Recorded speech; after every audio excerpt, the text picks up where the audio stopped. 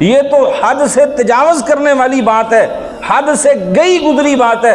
پیدا اللہ کرے، زمین و آسمان اس نے بنائے، مخلوقات اس کی، آسمانوں سے بارش وہ برسائے، چاند سورج ستاروں کو روشنیاں وہ عطا کرے، زمین کی تمام مخلوقات کو وہ سب کچھ عطا کرے، اس کو چھوڑ کے کسی اور کے سامنے سجدہ کرنا، کسی اور کو پکارنا حاجت روائی مشکل کشائی کے لیے، یہ گئی گزری بات ہے، یہ سمجھ سے بالا تر۔ دانا بندہ، عقل مند بندہ، شعور والا بندہ یہ بات لازمی سوچتا ہے کہ جس نے اتنا کچھ پیدا کیا، جو اتنی مخلوقات کو جتنی ان کی ضرورت ہے اس ضرورت کے مطابق ایک ہی وقت میں ان کو کھانا دے دے، اس کے خزانے میں کمی نہیں آتی، تو عبادت کسی اور کی جائے، پکارا کسی اور کو جائے، یہ بات سمجھ نہیں آتی، یہ حد سے گزری ہوئی بات ہے۔ ہؤلاء قوم اتخذوا من دونہ آلہہ، اللہ اکبر۔ اب انہوں نے سوالیہ طور پہ مخاطب کیا کہ یہ جو ہماری قوم ہے جو اللہ کو چھوڑ کے غیروں کی عبادت کرتی ہے، غیروں کی پوجا کرتی ہے، ان کو کہو تو صحیح نا کہ یہ اللہ تبارک و تعالیٰ کے علاوہ عبادت کرنے والے جو انہوں نے کوئی معبود بنا لیے ہیں، کوئی بتوں کو پوج رہا ہے، کوئی بادشاہ کے سامنے سجدہ ریز ہو رہا ہے، تو اس کے اوپر کوئی دلیل تو پیش کرے۔ دین دلیل کا نام ہے، بغیر دلیل کے دین نہیں ہے۔ اللہ کا قرآن ہے، جب آپ کھولیں گے اس میں آیات ہیں، اس کا ترجمہ پڑھیں گے، تفسیر پڑھیں گے، آپ برملا طور پہ کہہ سکتے ہیں میں نے قرآن کے اندر یہ بات پڑھی ہے، دلیل ہے۔ حدیث کی کتاب آپ کھولیں گے، پڑھیں گے، پڑھ لی ہے، آنکھوں سے دیکھ لی ہے، آپ کہیں گے بھائی یہ دلیل ہے، یہ حدیث آ گئی۔ جس عمل کے لیے قرآن و سنت میں کوئی دلیل ہی نہ ہو تو بتائیے وہ عمل کس کام کا؟ غیر اللہ کے سامنے کہا یہ جو قوم جھکتی ہے، اگر تو ان کے پاس کوئی دلیل ہے کہ اللہ کو چھوڑ کے اللہ کے سوا کی عبادت کرنی چاہیے، اس کو رب ماننا چاہیے، اس کے سامنے جبین جھکانی چاہیے، تو پھر یہ قوم دلیل دے دے۔ اب دلیل ہوتی تو دیتے۔ ہمیشہ سے کفر کی یہی عادت رہی ہے کہ وہ اپنے جھوٹے عقائد کے اوپر دلیل کوئی نہیں رکھتے، جب حق والا دلیل مانگتا ہے تو پھر وہ ظلم و تشدد پہ اتر آتے ہیں۔ حقیقت یہی ہے، دنیا کے اندر رہنے والا جو کفر ہے ان کا دستور یہی ہے، ان کا قانون یہی ہے کہ وہ حق والوں کے راستے میں رکاوٹیں کھڑی کرتے ہیں، دلیل پیش نہیں کر سکتے۔ باطل عقائد و نظریات رکھنے والے وہ دلیل پیش نہیں کر سکتے۔ اب قرآن کے مقابلے میں، حدیث کے مقابلے میں کون دلیل دے گا؟ میرے بھائیوں، اس لیے دین دلیل کا نام ہے۔ یہ نہیں ہے کہ ہم صرف لکھا ہوا فیس بک پہ یا کسی اور جگہ پہ دیکھ لیں، نیچے لکھا ہو، اوپر کسی کا قول ہو، نیچے لکھا ہو الحدیث یا حدیث، اس سے ہم مراد لیں یہ رسول اللہ صلی اللہ علیہ وسلم کی بات ہے۔ لوگ یہی چاہتے ہیں کہ یہ اپنے اصل دین سے ہٹ جائیں، اصل دین سے پھر جائیں، لیکن انشاءاللہ ثم انشاءاللہ اللہ کا جو دین ہے یہ دلیل کے ساتھ ہمارے پاس موجود ہے۔ دلیل کے بغیر ہم کسی بات کو ماننے والے نہیں ہیں، یہی اصل ہے۔ جب انسان اس بات پہ کھڑا ہو جائے نا تو اللہ کی قسم اللہ تبارک و تعالیٰ اس کو حق سمجھا دیتا ہے، حق سمجھنے کی توفیق دے دیتا ہے، حق بولنے کی اللہ تبارک و تعالیٰ توفیق دے دیتا ہے۔ جب یہ بات دین کی کرے اور دلیل اس کے پاس نہ ہو تو پھر یہ معاشرے کے اندر رسوا ہوتا ہے۔ اللہ تبارک و تعالیٰ نے ان چند نوجوانوں کے ہاتھوں وہاں کے معاشرے کے رہنے والے لوگوں کو کیا کیا تھا؟ رسوا کیا تھا۔ اب یہ اللہ کے بندے جب انہوں نے اتنی بڑی تقریر کی، دلیل مانگی، دلیل ان کے پاس تھی نہیں، تو اس وقت یہی قانون تھا جو کچھ پڑھنے کو ملتا ہے کہ وہ کپڑے اتروا لیتے تھے اور بڑی جابرانہ وہ اپنا جو ہے وہ تسلط رکھتے تھے اور وہ عجیب قسم کی سزائیں دیتے تھے جو انسان کی جو طاقت ہے اس سے بالا تر ہوتی تھی۔ انسان کا یہ جو وجود ہے یہ جھیلنے سے قاصر ہوتا تھا، تو وہ اس طرح کی سزائیں دیا کرتے تھے، بڑی عجیب قسم کی۔ اللہ اکبر کبیرہ۔ تو پھر انہوں نے کہا کہ ان کے ساتھ یہ سلوک کرو۔ بہرحال ان کو موقع مل گیا، یہ وہاں سے بھاگ گئے۔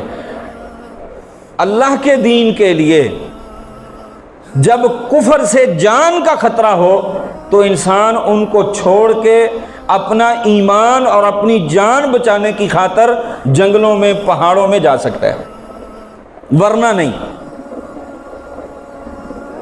ایک معاشرے میں انسان رہ رہا ہے، وہاں پہ سارے دیندار ہیں، آپس میں جھگڑے لڑائیاں معاملات بنتے رہتے ہیں، ان چیزوں کو چھوڑ کے بھاگنا نہیں چاہیے۔ کب بندہ بھاگ سکتا ہے؟ کہ جب کفر کے ساتھ ٹکر ہو اور کفر پوری طاقت والا ہو، حق پہ بھی ہو انسان، لیکن اس معاشرے کی اکثریت ساری کی ساری وہ کفر پہ مبنی ہے اور حق والے یہ بہت تھوڑے ہیں اور سارے متحد اور متفق ہیں، لیکن وہاں پہ ان کی چلتی نہیں ہے، ان کو اپنی جان کی جو ہے وہ فکر ہے، جان کا بھی خطرہ ہے اور ان کو بڑی بڑی سزاؤں کا بھی ڈر اور خوف ہے کہ ہم جھیل نہیں سکیں گے، ایمان کا خطرہ ہے کہ یہ لوگ ہمیں سزائیں دے کے کہیں ایسا نہ ہو کہ ایمان سے پھیر دیں۔ انسان ہے، انسان میں کتنی سخت ہے، کتنی دیر برداشت کر سکتا ہے؟ انسان کے جسم کے اندر یہ سوئی چبھتی ہے تو انسان سے یہ بھی bرداشت نہیں ہوتا، انسان کتنی سزائیں جھیل سکتا ہے؟ تو جب جان کی فکر ہو اور ایمان کی فکر ہو تو پھر کفر والا جو معاشرہ ہے جہاں پہ کفر ہی بستا ہے وہاں پہ چھوڑنا یہ کوئی بری بات نہیں ہے، بلکہ انسان کیا کر سکتا ہے؟ وہ چھوڑ سکتا ہے۔ تو اللہ تبارک و تعالی نے ان بندوں کو پھر جب یہ وہاں سے نکل گئے، اللہ اکبر، آپس میں مشورہ ہوا بھاگنے کا، یہاں سے یہ بھاگے نکلے، کوئی بھی تدبیر اختیار کی، ان کے چنگل سے اللہ تبارک و تعالی نے ان کو نکال دیا، کہا کہ کسی غار کے اندر چلے جائیں، پھر ہی اللہ کی رحمت جو ہے وہ ہمارے اوپر آئے گی، ہم اپنے جسموں کو بھی اپنے ایمان کو بھی بچا سکتے ہیں، ورنہ یہ ہمیں گمراہ کر دیں گے، ہمیں سزائیں دیں گے، کہیں ایسا نہ ہو کہ ہم حق سے، دین سے، ایمان سے وہ ہاتھ دھو بیٹھیں، گمراہی کے اندر مبتلا ہو جائیں۔ تو اللہ تبارک و تعالیٰ کی رضا کے لیے ہم ان سب کو چھوڑ دیتے ہیں۔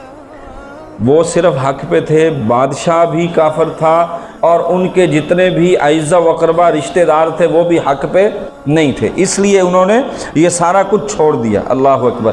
اب یہ غار کے اندر داخل ہوئے، قدرت کا کمال دیکھیے، اللہ کی قسم کیسا کمال ہے قدرت کا۔ شمال کی طرف سے غار کا دروازہ تھا اور بڑی ایک کھلی غار تھی۔ اللہ تبارک و تعالیٰ فرماتے ہیں، اللہ اکبر، وَتَرَى الشَّمْسَ إِذَا طَلَعَتْ تَزَاوَرُ عَنْ كَهْفِهِمْ ذَاتَ الْيَمِينِ وَإِذَا غَرَبَتْ تَقْرِضُهُمْ ذَاتَ الشِّمَالِ وَهُمْ فِي فَجْوَةٍ مِّنْ۔ ان کا منہ اس طرح کا تھا، غار اندر سے چوڑی تھی، سورج جب طلوع ہوتا تھا نا تو اس کی روشنی اندر نہیں آتی تھی، جب غروب ہونے لگتا تھا تو اس کی روشنی ان پہ نہیں پڑتی تھی، لیکن غار کا منہ کھلا ہوا تھا، کتا وہاں پہ اس انداز کے ساتھ بیٹھا ہوا تھا جیسے وہ پاؤں پھیلا کے بیٹھتا ہے نا۔ آپ نے کبھی دیکھا ہو، تجربہ کیا ہو کہ کتے نے جب کاٹنا ہوتا ہے نا تو وہ دیکھ رہا ہوتا ہے کہ گاڑی آ رہی ہے، موٹر سائیکل یا سائیکل یا کوئی بچہ آ رہا ہے تو اس طرح بیٹھ جاتا ہے، اس انداز کے ساتھ، اس لیے کہ اب اس نے کاٹنا ہی کاٹنا ہے۔ تو اس انداز کے ساتھ کتا وہاں پہ تھا۔ اب کتا بھی سویا ہوا ہے، یہ بھی سارے اندر سو گئے۔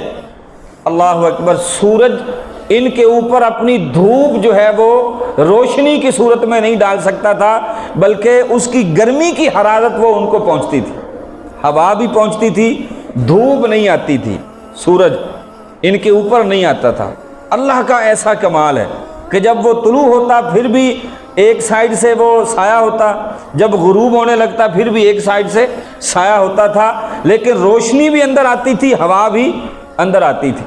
انسان کے وجود کو ٹھنڈک بھی چاہیے اور حرارت بھی چاہیے، تو دونوں چیزوں کا اللہ تبارک و تعالیٰ نے یہاں پہ استعمال کیا ہے۔ 309 سال ایک ہی جگہ پہ اگر وہ پڑے رہتے، دھوپ پڑتی رہتی ان کے اوپر سارا دن، ان کے جسم جلنے کا خدشہ تھا۔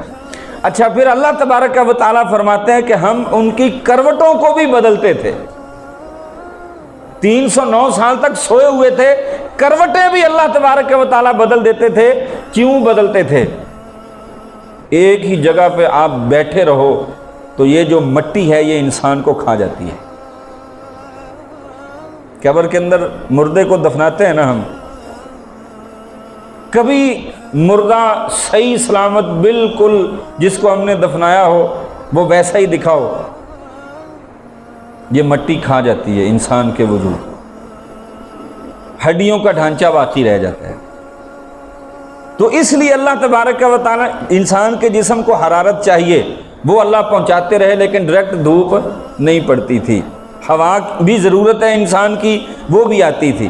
اچھا، پھر سونے کا انداز اس طرح کا تھا، کروٹیں بھی اللہ تبارک و تعالیٰ بدلتے تھے، ان کی آنکھیں کھلی تھی، پردے ڈال دیے تھے اللہ نے۔ آپ نے بعض کا دیکھا ہوگا نا کہ انسان بعض ایسے ہوتے ہیں سوئے ہوتے ہیں لیکن آدھی آنکھیں ان کی کھلی ہوتی ہیں۔ اچھا، جب بندہ ایسے لوگوں کو دیکھتا ہے نا تو خوف آتا ہے کہ نہیں آتا؟ خوف آتا ہے نا۔ اللہ تبارک و تعالیٰ فرماتے ہیں کہ اگر کوئی دیکھ لیتا نا تو ان کے اوپر دہشت طاری ہو جاتی کہ یہ کیسے پڑے ہوئے۔ اب یہ اس مالک کا ہی کمال ہے، 309 سال تک ان کو سلائے رکھا، کروٹیں بھی اللہ تبارک و تعالیٰ بدلتے رہے، اور کتا باہر دروازے پہ اس حالت میں پڑا رہا، یعنی کہ کوئی دیکھتا تو وہ ادھر جانے کا نام بھی نہ لیتے۔ اچھا، پھر کتے کو اللہ نے باہر کیوں رکھا؟ یہ بھی ایک نقطہ ہے، کیوں رکھا اللہ نے باہر؟ نبی صلی اللہ علیہ وسلم نے فرمایا جس گھر میں کتا ہو، جس گھر میں تصویر ہو، وہاں پہ اللہ کی رحمت نہیں آتی۔ اب کتا انسان اپنے ڈیرے پہ رکھ سکتا ہے جانوروں کی حفاظت کے لیے، لیکن گھر میں رکھنا، انسان نے وہاں پہ آرام کرنا ہے، لیٹنا ہے، کھانا پینا ہے، سارے معاملات، وہاں پہ کتا جائز نہیں۔ اچھا، یہ غار ان کا گھر ہی تھا جہاں پہ وہ آرام کی نیند سوئے ہوئے تھے۔ کتا اندر بھی تو اللہ تبارک و تعالیٰ لا سکتے تھے، سلا سکتے تھے، باہر رکھا اللہ تبارک و تعالیٰ نے۔ بہت بڑا نقطہ ہے کہ محمد رسول اللہ صلی اللہ علیہ وسلم کی شریعت میں یہ واقعات، یہ قصے بیان ہوں گے، لوگ اس کے اوپر بڑی بحث کریں گے، کتا بھی جنت میں جائے گا کہ نہیں جائے گا، یہ ہوگا، وہ کتنے تھے، 7 تھے، 8 تھے، 9 تھے، کہ بڑی بڑی مباحث ہوں گی۔ ایک نقطہ یہاں پہ بھی بیان کیا گیا کہ کتا جس گھر میں ہوتا ہے وہاں گھر کے اوپر اللہ کی رحمت کے فرشتے نہیں آتے۔ تو کتنے شوق تھے، ہم ٹونی مونی پالتے ہیں گھروں میں، کتنے لوگ ہیں اتنے مہنگے لاکھوں روپے کے کتے اپنے پاس بھی سلاتے ہیں کہ میں بڑا جانوروں سے پیار کرتا ہوں۔ بھائی کرو، کون منع کرتا ہے؟ اچھا جانور رکھو اس کو، لیکن گھر میں نہ رکھو، شریعت محمدی اس کی اجازت نہیں دیتی ہے۔ تو اللہ تبارک و تعالیٰ کے یہ بندے وہاں پہ سوئے رہے، پھر اللہ تبارک و تعالیٰ نے ان کو اٹھایا، جو انہوں نے بات کی، پوچھا ایک دوسرے سے، اللہ اکبر کبیرہ۔ تو جب غار کا اردا گرد کا ماحول دیکھا نا تو وہ کہنے لگے اللہ ہی جانتے ہیں ہم کتنی دیر سوئے رہے۔ انہوں نے کہا کہ اب ایسا کرو، کسی ایک کو بھیجو، یہ چاندی کا سکہ دو اس کو، اور اس کو کہو کہ باہر جائے، باہر جا کے کھانا لے کے آئے۔ 3 باتیں انہوں نے بیان کی، بڑی دلچسپ ہیں۔ فَلْيَنْظُرْ أَيُّهَا أَزْكَىٰ طَعَامًا فَلْيَأْتِكُمْ بِرِزْقٍ مِّنْهُ وَلْيَتَلَطَّفْ، جہاں پہ قرآن کا نصف ہوتا ہے نا، وہاں پہ یہ وَلْيَتَلَطَّفْ کا لفظ آتا ہے۔ اس کا معنی کیا ہوتا ہے؟ نرمی۔ ہمیشہ نرمی کو اختیار کرو، قرآن کی ابتدا ہو، درمیان ہو، انتہا ہو، اللہ کی طرف سے نرمی ہی نرمی ہے، رحمت ہی رحمت ہے، محبت ہی محبت ہے، مودت ہی مودت ہے۔ تو وہ کہنے لگے کہ ایسا کرو، کھانا لے کے آؤ، لیکن ازکا، کھانا پاکیزہ ہونا چاہیے، اچھا ہونا چاہیے، کھانا حرام نہیں اس میں ہونا چاہیے، حرام کی ملاوٹ نہ ہو، پاکیزہ ہو، اچھا صاف ستھرا کھانا ہونا چاہیے۔ اچھے لوگ تھے، مال و دولت والے لوگ تھے تو وہ اچھا ہی کھاتے تھے۔ غریب آدمی بھی ہو، لیکن یہ نہیں ہے کہ اس کو کھانا جو ہے وہ بالکل ہی نکما سا کھانا چاہیے، اچھا کھانا کھائے، پاکیزہ کھانا چاہے، حلال و حرام کی انسان کو تمیز کرنی چاہیے۔ ایک انسان جتنا مرضی بظاہر عبادت گزار ہو، لیکن اس کا کھانا پینا پہننا حلال کا نہیں ہے، اللہ کو اس کی عبادت قبول نہیں ہے۔ تو کہا کہ کھانا جو ہے وہ بھی اچھا لے کے، اور لیکن ایک بات یاد رکھنا، بڑی باریک بینی سے سارے معاملات کو دیکھنا۔ باتیں بھی نرمی سے کرنا، کہیں جھگڑا نہ کرنا کسی کے ساتھ، ورنہ ہم کیا ہو جائیں گے؟ ایکسپوز ہو جائیں گے، لوگوں کو پتہ چل جائے گا۔ اللہ اکبر کبیرہ۔ 3 باتیں ان لوگوں نے یہ کی۔ تو آگے اللہ تبارک و تعالیٰ کیا فرماتے ہیں؟ انہم ان یظہروا علیکم یرجموکم او یعیدوکم فی ملتہم ولن تفلحوا اذا ابدا۔ اگر پتہ چل جائے گا نا تو پھر وہ کیا ہوگا؟ وہ ہمارے اوپر قابو پا لیں گے۔ وہ کیا کریں گے؟ یہاں پہ بھی 3 باتوں کا تذکرہ ہے۔ یا تو وہ ہمیں سنسار کر دیں گے۔ کیا کریں گے؟ ہمیں سنسار کر دیں گے۔ اگر یہ کام نہ کریں، ہمیں ماریں گے نہیں، تو پھر دوسرا کام کون سا کریں گے؟ پھر وہ کیا کریں گے؟ ہمیں اس حق سے پھیر دیں گے، اپنے دین میں، اپنی ملت میں داخل کرنے کی کوشش کریں گے۔ ہم کہیں مجبور ہو گئے تو کیا کر سکتے؟ 2 باتیں۔ تیسری بات، اگر ہم نے ایسا کر لیا تو پھر یاد رکھ لو وَلَن تُفْلِحُوا اِذًا ابدا، ہم کبھی بھی ہرگز نہیں فلاح پا سکتے، کامیابی ہمارا مقدر نہیں بن سکتی۔ جان سے جائیں گے، جان سے نہ گئے تو ایمان سے جائیں گے، ایمان سے اگر چلے گئے تو پھر کامیابی ہمارا مقدر نہیں ہوگی۔ اللہ تبارک و تعالی ہمیں کبھی بھی کامیابی عطا نہیں فرمائیں۔ تو آج کی یہ جو 10 آیات ہیں، ان میں سے ہمیں جو سبق ملتا ہے، جو اس کے اندر نقاط بیان کیے گئے ہیں، انسان کا ایمان بڑھتا ہے اور کم ہوتا رہتا ہے۔ جوانی کی جو عمر ہے، اس کے اندر حق کو انسان زیادہ قبول کرتا ہے۔ اگر یہ حق کی جستجو میں لگ جائے تو اللہ تبارک و تعالیٰ اس کو حق سمجھا دیتا ہے۔ نمبر 3، یہ جو بحث ہوتی ہے نا معاشرے کے اندر کہ اصحاب کہف کتنے تھے، ان کا کتا جنت میں جائیں گے نہیں جائیں، بھائی حق والے ہمیشہ جنت میں ہی جاتے ہیں، حق والے ہمیشہ جنت میں ہی جاتے ہیں۔ اچھا، کتا اللہ کی مخلوق ہے، اب جنت رب کی ہے، میری اور آپ کی نہیں ہے۔ اللہ کی مرضی، اللہ جس کو چاہے لے جائے۔ اگر اللہ نہ لے کے جائے، ہم کہہ دیں کہ نہیں جی کتا جنت میں نہیں جائے گا، تو اس جملے سے کیا ہماری جنت ہم سے چھوٹ گئی؟ ایسی مباحث جن سے کوئی فائدہ نہیں ہوتا وہ ہمیں کرنی نہیں چاہیے، ان سے بچنا چاہیے۔ نمبر 4، دین دلیل کا نام ہے، دلیل کے بغیر دین نہیں ہوتا، دلیل کے بغیر دین نہیں ہوتا۔ نمبر 5، جب انسان کو اللہ کی طرف سے حق مل جائے، پوری بصیرت کے ساتھ یہ حق کے اوپر قائم دائم ہو جائے، سمجھ لے اس کو، پھر چاہے کوئی اپنا ہو بیگانہ ہو، حتیٰ کہ بادشاہ بھی ہو، تو اس کے سامنے بھی حق کہنے سے گریز نہیں کرنا چاہیے۔ نمبر 6، حق کب بیان ہوتا ہے؟ جب انسان کا دل مضبوط ہو۔ اگر الفاظ بہت اچھے کیوں نہ ہو، دل مضبوط نہیں ہے، دل کے اندر بزدلی، خوف ہے، تو حق کبھی بیان نہیں ہو سکتا، حق کبھی بھی بیان نہیں ہو سکتا۔ تو پھر اللہ نے اپنی قدرت کے کرشمے بھی یہاں پہ دکھائے ہیں کہ سورج کو کیسے طلوع کیا، غار کا منہ کس طرف تھا، اور اللہ نے اتنی دیر سلائے رکھا، اللہ کروٹیں بدلتے رہے۔ یہ سارا کچھ بیان کرنے کا مقصد کیا ہے؟ جیسے اللہ 309 سال تک سلا کے زندہ کر سکتا ہے، اللہ مردوں کو بھی اس طرح زندہ کرے گا۔ اللہ مردوں کو زندہ کرے گا، ہر صورت میں کرے گا۔ جو دنیا میں انسان آ گیا ہے، دنیا کی زندگی فانی بسر کر کے مرے گا، پھر اللہ اس کو زندہ کرے گا۔ اللہ کے پاس حساب و کتاب کرانا پڑے گا ہمیں۔